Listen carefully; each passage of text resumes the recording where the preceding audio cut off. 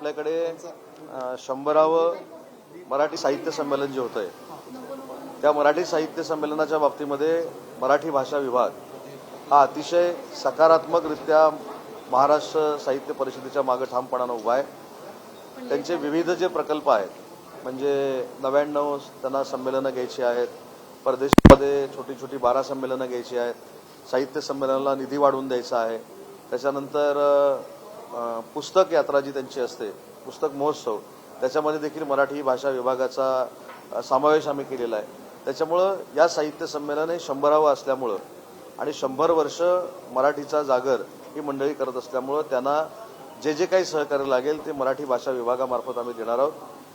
तुम्ही जर बघितलं असेल तर पुण्यामध्ये आज उद्योग आणि मराठी भाषा याचा अतिशय चांगला सुवर्ण संगम झालेला आहे आणि दोन्हीला कारण म्हणजे मी आवर्जून सांगतो की राज्याचे मुख्यमंत्री देखील संध्याकाळी या कार्यक्रमाला येणार आहेत, परंतु हा जीसीसीचा कार्यक्रम झाला पाहिजे याचा प्रमुख आग्रह माननीय एकनाथ शिंदे साहेबांनी धरला आणि म्हणून निलेशजींनी पुढाकार घेऊन हा कार्यक्रम केला।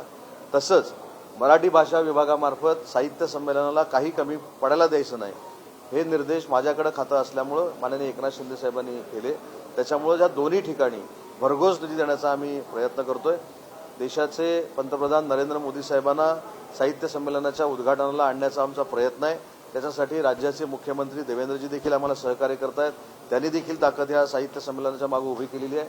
त्याच्यामुळे पुण्याला शोभेल आणि पुण्याचं नाव जागतिक पातळीवर या साहित्य संमेलनात जाईल अशा पद्धतीचा कार्यक्रम आम्ही करणार आहोत। धन्यवाद।